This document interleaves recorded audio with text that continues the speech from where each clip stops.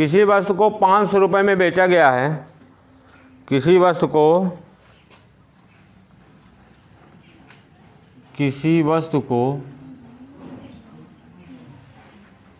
500 रुपये में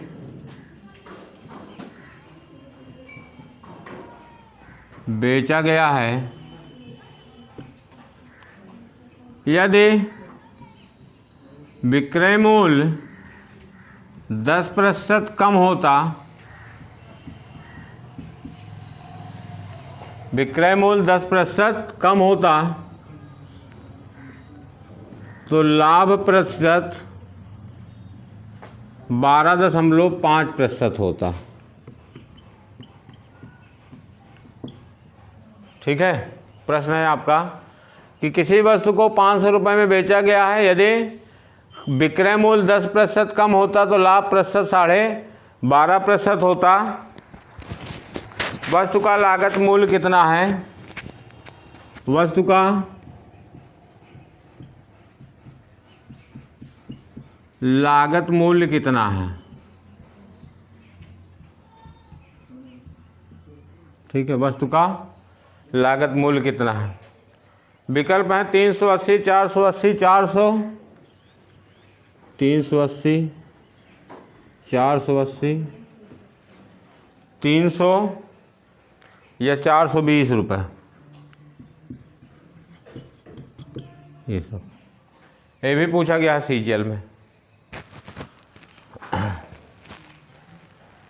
प्रश्न है कि किसी वस्तु को 500 रुपये में बेचा गया, यदि एसपी 10% कम होता तो 12.5% का लाभ होता।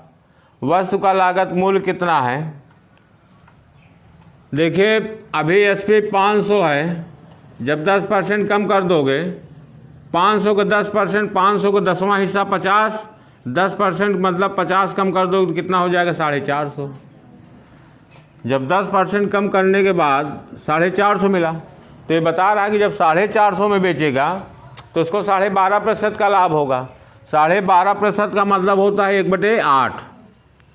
12.5% का मतलब होता है 1/8। 8 पर 1 रुपये का लाभ होने का मतलब कि 8 का सामान कितने में बेचते हैं? 9 रुपये में। और यहाँ पे कितने में बेच रहा? 450 में। 9 पचे 45, 50 गुना मान यहाँ दिया है, 50 का गुणा करोगे 8 पंचे 40, 1 0, तो 400 रुपये इसका लागत मूल्य हो जाएगा। समझ में आ गई बात कि फिर से बताएं? समझ में आया तो ठीक है, नहीं तो फिर से बताएं इसको।